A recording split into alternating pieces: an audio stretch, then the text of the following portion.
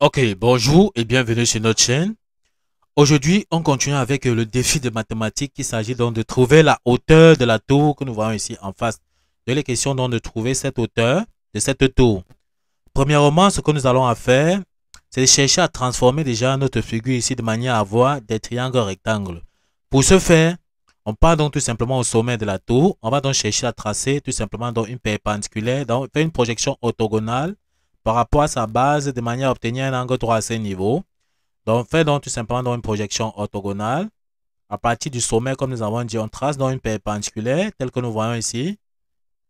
Tel que l'angle ici nous donne tout simplement donc un angle de 90 degrés. Donc, l'angle ici, c'est un angle de 90 degrés. Une fois que nous avons donc l'angle de 90 degrés à ce niveau-ci, nous voyons que nous avons donc deux triangles rectangles. Or, numérotons d'abord déjà notre figure. Ce point-ci, appelons donc ce point le point A. Donc, si nous appelons ici le point A, là, nous appelons ici le point B. Ici, nous appelons le point C. Et ce point-ci, nous allons appeler le point O.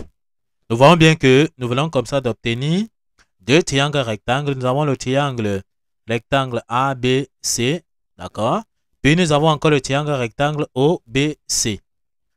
Ok, si nous prenons donc le triangle rectangle OBC, tel que l'angle en haut ici, c'est l'angle de 45 degrés. Voici ce triangle que nous avons donc reproduit ici. Donc, ça veut dire que ce point-ci, c'est le point O. Ce point, c'est le point C. Et ce point, c'est le point B, comme sur la figure. Or, l'angle ici, c'est un angle de 45 degrés. Ça veut dire que nous savons que l'angle en C, c'est un angle de 90 degrés. La somme des angles dans un triangle rectangle ou bien dans un triangle, c'est tout simplement donc 180 degrés.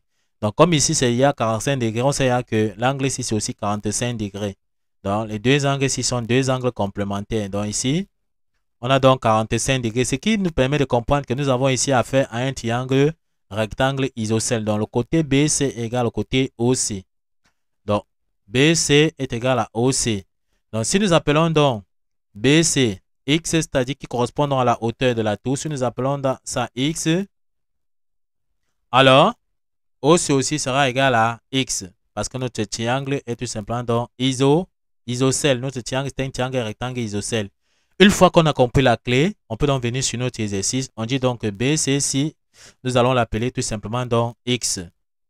Donc, on l'appelle donc tout simplement ici BCX, ce qui signifie, comme nous avons dit, OC ici correspond aussi à X, comme nous avons expliqué. Donc, ça, c'est la clé de l'exercice qu'il faut donc appliquer pour bien comprendre. Une fois que nous avons donc terminé avec ceci, on va donc prendre notre deuxième triangle rectangle ABC, c'est-à-dire rectangle en C. C'est ça que nous avons donc essayé donc de reproduire ici. Ça veut donc dire que le point ici, nous allons appeler le point ici le point A ici. Nous appelons le point B ici, nous allons appeler le point C. Nous avons déjà vu que BC, qui correspond à la hauteur de la tour que nous cherchons ici, nous avons appelé déjà ça X. Donc, si nous appelons ça X, donc si nous appelons BCX, il est question donc de trouver BC qui est dans la hauteur de la tour. Or, comme nous avons vu, nous avons pris le triangle rectangle ABC. Quelle sera donc la dimension donc de AC, c'est-à-dire quitter du point A jusqu'au point C? On sait que pour quitter de A à C, il faut parcourir la distance AO plus la distance OC, c'est-à-dire on aura tout simplement 100 mètres plus X.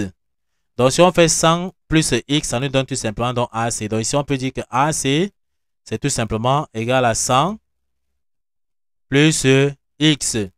Une fois que nous avons donc compris ceci, on va donc chercher à appliquer la tangente donc de l'angle de 30 degrés ici pour pouvoir trouver donc notre X. Donc, on va chercher à transformer ceci. Donc, tangente de 30 degrés, c'est côté opposé qui est BC, sur côté adjacent qui est donc AC. Donc, nous avons donc reproduit notre triangle rectangle donc de la figure à ce niveau. Donc, on va donc dire que tangente de 30 degrés sera donc côté opposé qui est donc BC, c'est-à-dire le côté qui est en face de l'angle, sur côté adjacent qui est AC. On dit donc tout simplement ici, tangente de 30 degrés sera donc égal au côté opposé qui est donc BC sur côté adjacent qui est donc AC. Or, BC, nous avons vu que BC c'est X. On remplace donc par sa valeur.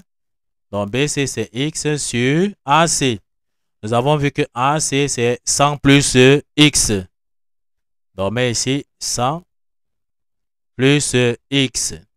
Une fois que nous avons donc obtenu cette relation, il est question pour nous de savoir la valeur de tangente de 30 degrés. On sait que la tangente d'un angle, c'est encore sinus sur cosinus. Donc ici, on va donc dire que tangente, de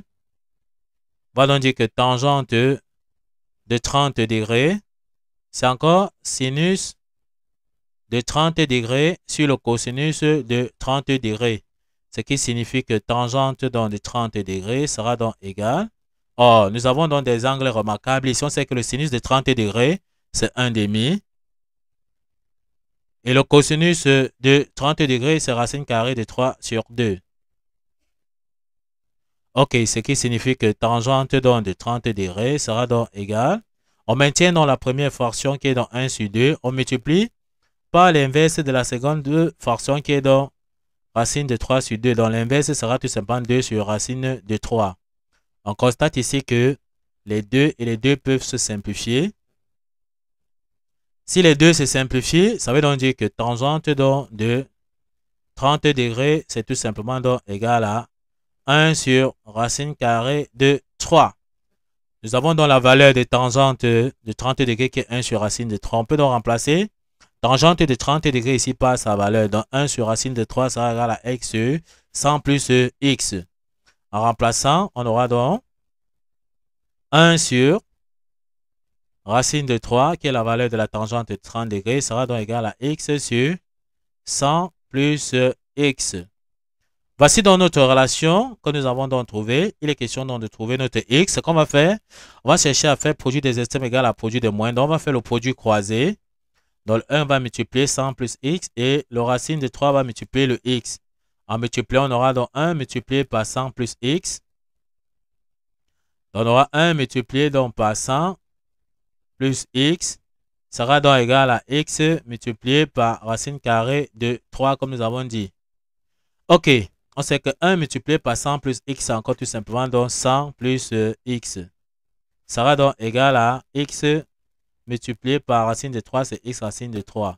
On va donc chercher à regrouper les x avec les x. On passe dans le x ici du côté droit. En traversant dans l'égalité ici, le x va devenir tout simplement donc moins x.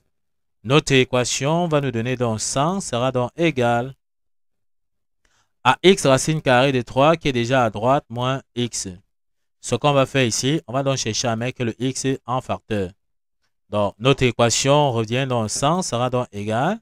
On met donc x en facteur. Lorsque nous mettons donc x en facteur ici, son coefficient ici, c'est racine carrée de 3. On met donc ici racine carrée de 3. Maintenant, le coefficient de x ici, c'est tout simplement donc 1. Donc, on met ici. Notre coefficient de x ici, c'est 1.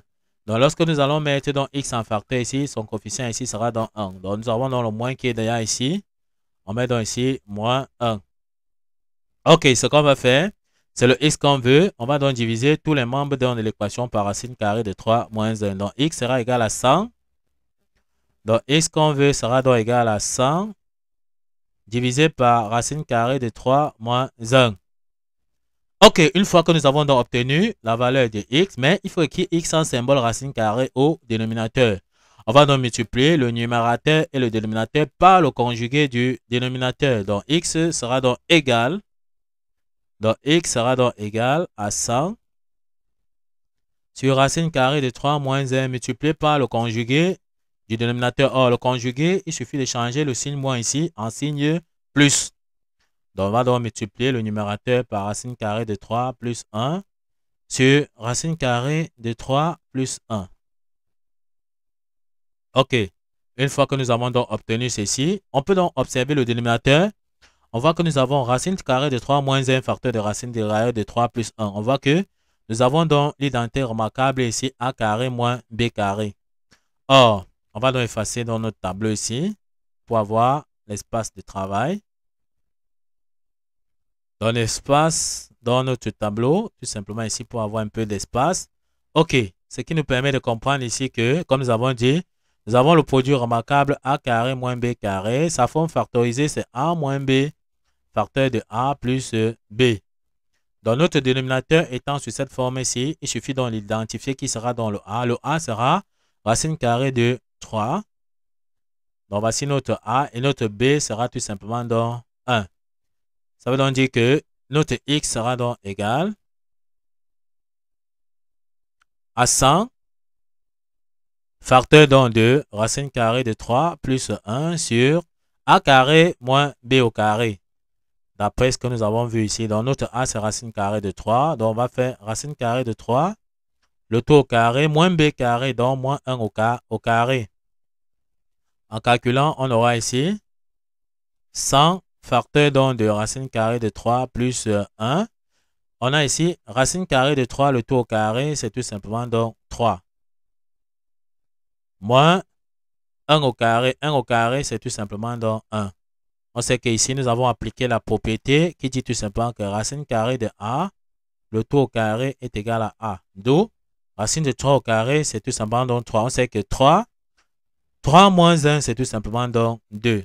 Donc ici, 3 moins 1, c'est 2. Ce qui signifie que notre X sera donc égal à 100 facteur donc de racine carrée de 3 plus 1 sur 2. On constate ici que on peut simplifier le dénominateur par 2 et le numérateur par 2. En simplifiant donc par 2 ici, on aura donc 1. En simplifiant donc 100 par 2, ça nous donne 50.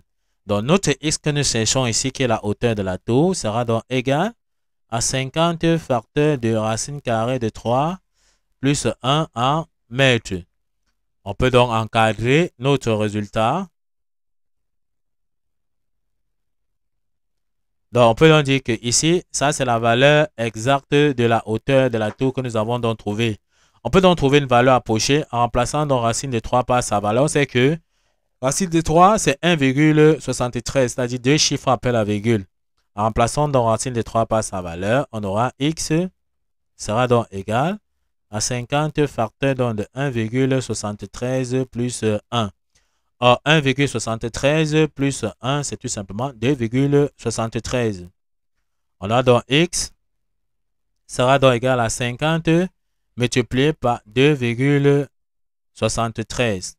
Or, en multipliant tout simplement 50 multiplié par 2,73, ça nous donne tout simplement 136,5 mètres. Donc, x, la valeur approchée, c'est tout simplement 136,5 mètres. On peut donc encadrer le résultat donc de x qui correspond donc à la hauteur de la tour que nous venons comme ça de trouver.